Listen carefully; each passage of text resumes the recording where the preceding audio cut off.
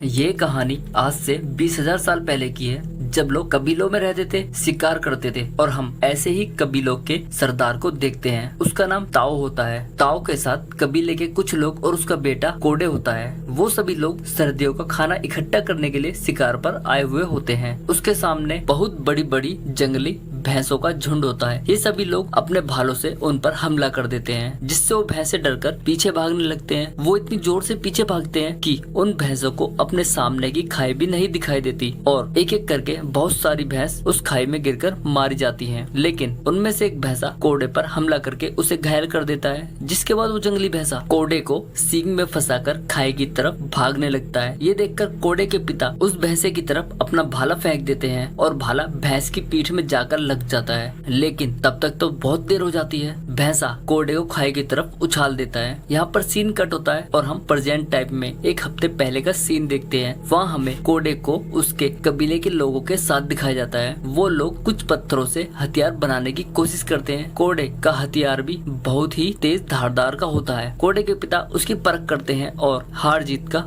फैसला भी करते हैं, जिसके बाद अपने कुछ आदमियों को जीते हुए लोगों की पिटाई करने का हुक्म देते हैं और खुद मुंह फेर कर खड़े हो जाते हैं, क्योंकि वो अपने बेटे को पिटता हुआ नहीं देख सकते। ये उनकी एक तरह की ट्रेनिंग होती है, जिसमें वो उनके साथ आने वाली सभी मुसीबतों का सामना करते जब वो शिकार करते हैं। और कोडे ने उस ट्रेनिंग को पास कर लिया था, इसलिए ताओ कोडे को अपने साथ शिकार पर ले जाने के लिए तैयार करता है। रात में हम कोडे के पिता को उसकी पत्नी के साथ देखते हैं। केड़ा की माँ बोलती है, वो अभी तक तैयार नहीं हुआ है, वो मेरा बेटा है, मैं उससे बहुत प्यार करती हूँ, मुझे डर लग रहा है कि वो हमें छोड़कर न चला जाए। केड़े के पिता बोलते हैं, हमारा सारा कबीला शिकार पर जाता है, अगर शिकार नहीं किया तो हम भूखे मर जाएंगे, अगर हमें जिंदा रहना है तो शिकार करना ही होगा। यही मौका है कोडे को अपने आप को साबित करने का। अगली सुबह सब लोग शिकार के लिए निकल पड़ते हैं। पहाड़ों और झरने को पार करने के बाद ये लोग एक स्मारक तक पहुँच जाते हैं, जो कभी उनके पूर्वजों ने बनाया था। ये उनकी आखिरी निशानी होती है।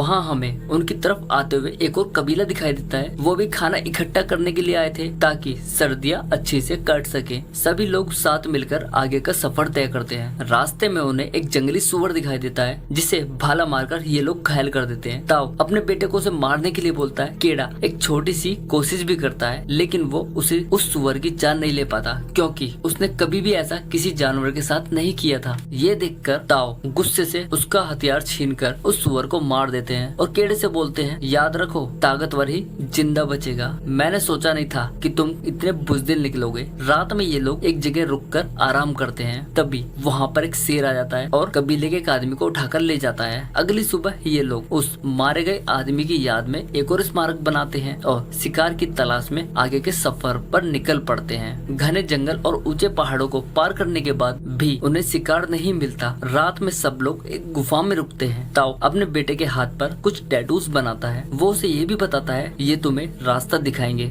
इससे तुम आसानी से घर तक पहुंच जाओगे। ये तुम्हारे पूर्वज हैं जो तुम्हें घर का रास्ता दिखाएंगे। सुबह होने पर फिर से एक बार शिकार के लिए निकल पड़ते हैं। रास्ते में उन्हें भैंसों का ताजा गोबर मिलता है, मतलब साफ था उनका शिकार उनके कहीं आसपास ही है। ये सभी लोग अपने आप को तैयार करते हैं और उन भैंसों के करीब तक पहुँच जाते हैं। कबीले के सरदार के इशारे पर सब लोग उन भैंसों के ऊपर हमला कर देते हैं। दरअसल ये वही सीन होता है जो हमने मूवी की शुरुआत में देखा था, जहाँ पर भैंसा केड़ा को खाई के ऊपर उछाल देता है। यहाँ से मूवी प्रेजेंट टाइम में आती है। जब भैंसे ने केड़े को खाई के ऊपर उछाल दिया था तो वो नीचे नहीं गिरा था, वो पहाड़ों के किनारे पत्थरों पर ही लटक जाता है। उसके पिता अपने बेटे को बचाने के लिए बोलते हैं और उसे बोलते हैं, हिम्मत मत हारना। तभी केड़ा का हाथ स्लिप हो जाता है और वो पत्थर से टकराते हुए नीचे एक चट्टान के बीच में जाकर गिर जाता है और बेहोश हो जाता है। केड़े के पिता उसे बचाना तो चाहते थे, लेकिन उसके कबीले वाले ये कहकर उसे रोक देते हैं कि वहाँ जाने का कोई रास्ता नहीं है, तुम्हारा बेटा अब इस दुनिया में नहीं है, हम तुम्हें खोना नहीं चाहते, तुम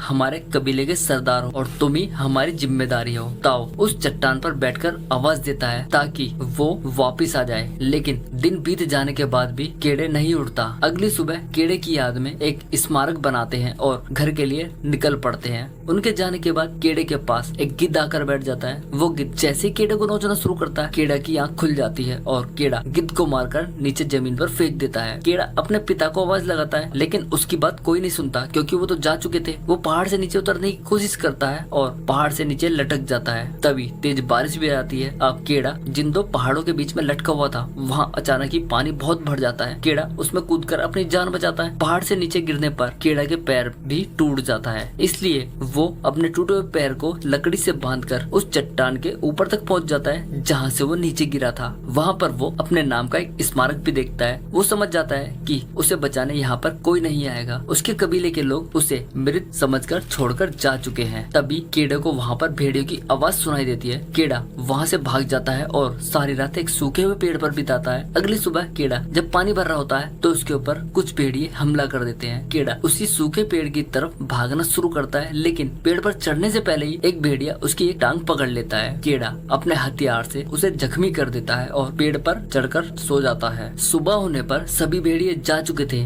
लेकिन वो भेड़िया जो घायल था वो वहीं पर पड़ा हुआ था। केड़ा फिर से एक भाला बनाता है और उससे वो उस घायल भेड़िए को मारने जाता है, लेकिन केड़ा को उस पर भी दया आ जाती है। वो उस भेड़िए को मारने के बजाय उसकी मरहम पट्टी करता है, जिसके बाद वो भेड़िए को उठाकर उस गुफा में ले जाता है जहाँ पर उसके कबीले ने रात बिताई। अगली सुबह कुछ पत्तियों को पीसकर वो मरहम बनाता है और पैर पर भी लगाता है ताकि वो अपने पैर को भी ठीक कर सके। इसके बाद केड़ा पानी पीता है और भेड़िया उसे देखता है। वो समझ जाता है कि भेड़िया को पानी पीना है। केड़ा उसके सामने पानी रखता है, लेकिन भेड़िया उस पर ही गुर्राने लगता है। कुछ देर बाद वो आसानी से पानी पी लेता है। केड़ा यहाँ पर कुछ कीड़े भी खा रहा होता है और वो उस भेड़िए को भी खाने को देता है। धीरे धीरे इनके बीच दोस्ती होने लगती है। उन्हें वहाँ रहते हुए काफी समय हो गया था। वो एक दूसरे के एक अच्छे दोस्त भी बन गए थे, लेकिन वो कहीं ना कहीं अपनी फैमिली को मिस कर रहे थे। रात में केड़ा जब अपने हाथ पर बने हुए टैटू को आसमान में तारों से मिलाता है तो उसे अपने पिता की बताई हुई एक बात याद आ जाती है। उनका कहना था कि यही तारे तुम्हें घर तक पहुंचाएंगे। ये हमारे पूर्वज है जो तुम्हारी हमेशा मदद करेंगे। इसलिए अगली सुबह केड़ा अपने चाकू से भाला बनाता है और अपने घर जाने के लिए तैयार होता है। वो भेड़िए से भी बोलता है, पहली बर्फबारी से पहले मुझे घर लौटना होगा और तुम भी अपने घर लौट जाओ। इतना कहकर केड़ा अपना सामान उठाकर वहाँ से चला जाता है। कुछ दूर जाने पर जब केड़ा पीछे मुड़कर देखता है तो वो देखता है कि लगातार भेड़िया उसका पीछा कर रहा होता है। केड़ा उसे भगाने की बहुत कोशिश करता है, लेकिन वो भेड़िया अब भी केड़ा के पीछा नहीं छोड़ता। आगे चलकर भेड़िया को एक जंगली सुअर दिखाई देता है। वो उसका पीछा करने की कोशिश करता है, लेकिन वो शिकार उसके हाथ से निकल जाता है। धीरे धीरे केड़ा जंगल तक पहुँच जाता है। काफी रात होने की वजह से केड़ा वहीं आग लगाकर सो जाता है। अगली सुबह भेड़िया केड़े का मुंह चाटकर उसे जगाता है। केड़ा बोलता है, तुमसे कितनी बदबू आ रही है? जिसके बाद वो खुद तो नहाता ही है, साथ ही वो भेड़िया को उठाकर भी पानी में फेंक देता है। ये दोनों पानी में खूब एंजॉय करते हैं। यहाँ पर भेड़िया केड़े को एक मछली भी पकड़ कर देता है। इसके बाद केड़ा अपने घर जाने के सफर पर निकल पड़ता है। केड़ा उस भेड़िए का नाम अल्फा रखता है। अब सर्दियों का मौसम भी शुरू हो गया था और बर्फ भी जमने लगी थी। धीरे धीरे नदियाँ भी बर्फ में तब्दील हो गई थी। दोनों एक साथ मिलकर शिकार करते हैं। रात में केड़ा जब आग जलाकर बैठा होता है तो वहाँ पर कुछ और भेड़िया आ जाते हैं। अल्फा उसके पास जाती है क्योंकि ये अल्फा का परिवार होता है। केड़ा भी समझ चुका था वो अल्फा का ही परिवार है। वो अल्फा को उनके साथ जाने के लिए बोलता है और अल्फा भी उनके साथ चली जाती है। केड़े बर्फ के तूफान से होते हुए अपनी मंजिल तक बढ़ रहा था। अब बर्फ बहुत ज्यादा पड़ चुकी थी। तभी वो देखता है कि उसके सामने कुछ भेड़िए मरे हुए जानवर को खा रहे हैं। वो अल्फा को शिकार नहीं खाने देते। ये देखकर केड़ा उसकी तरफ दौड़ने लगता है। तभी उसके पैरों को नीचे से बर्फ टूट जाती है और वो पानी में जाकर गिरता है। दरअसल ये बर्फ की जमी हुई एक झील होती है जो बर्फ से पूरी तरह से जम चुकी थी। अल्फा उसे देख लेती है और कूदकर बर्फ तोड़ने की कोशिश करती है, लेकिन बर्फ की परत को तोड़ नहीं पाती। जिसके बाद केड़ा अपने चाकू से बर्फ तोड़कर बाहर आ जाता है। ठंड से बचने के लिए केड़ा जल्दी से आग जलाता। धीरे धीरे फिर से ये दोनों आगे बढ़ते हैं। वहाँ पर केड़ा को दूर एक आदमी बैठा हुआ दिखाई देता है। ये देखकर केड़ा बहुत खुश हो जाता है। जब उसके पास जाकर देखता है तो वो आदमी ठंड से मर चुका था। ये देखकर केड़ा निराश हो जाता है, लेकिन केड़ा उस आदमी से उसका धनुष लेकर आगे के रास्ते को तय करता है। तूफान से बचने के लिए ये लोग आगे बढ़ते हैं और तभी कुछ भेड़िए इनका पीछा करने लगते हैं। उनसे बचने के लिए एक गुफा में जाकर छुप जाते हैं, लेकिन वहाँ उनके लिए और भी बड़ा खतरा उनका इंतजार कर रहा था। वो था एक बहुत बड़ा शेर जो केड़े को मारने के लिए उसकी तरफ छलांग लगाता है, लेकिन अल्फा सामने आ जाती है और दोनों के बीच एक भयंकर लड़ाई होती है। ये देखकर केड़ा अपना धनुष बाण शेर को मार देता है, जिससे शेर तो मर जाता है, लेकिन अल्फा भी पूरी तरह से घायल हो चुका था। केड़ा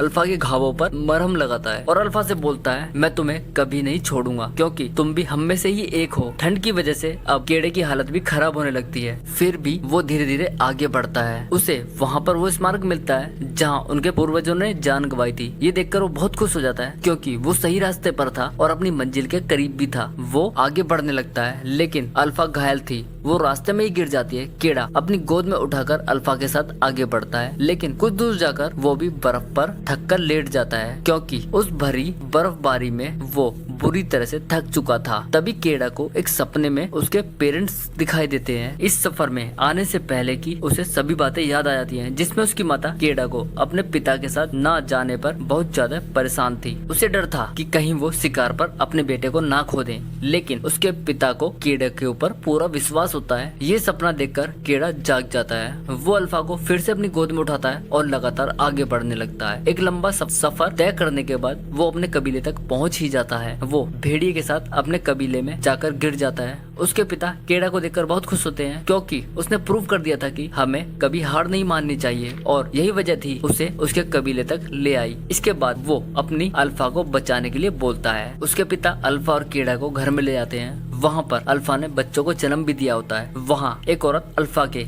एक बच्चे को उठाती है और बोलती है, तुम्हारा इस कबीले में स्वागत है, तुम भी हम में से एक ही हो। केड़ा अल्फा के पास जाता है और बोलता है अब सब ठीक हो चुका है। इसके बाद कुछ दिनों के बाद सीन दिखाया जाता है। केड़ा अल्फा के साथ बैठा हुआ होता है और वहाँ पर उस भेड़िए के बच्चे भी खेल रहे होते हैं। मूवी के अंत में हमें दिखाया जाता है कि भेड़िए और कबीले के लोग एक साथ मिलकर शिकार पर जाते हैं। मतलब इंसान और जानवरों के बीच आज एक रिश्ता बन चुका था और एक दोस्ती की मिसाल कायम हो चुकी थी। इसी दोस्ती की साथ ही मूवी खत्म हो जाती है।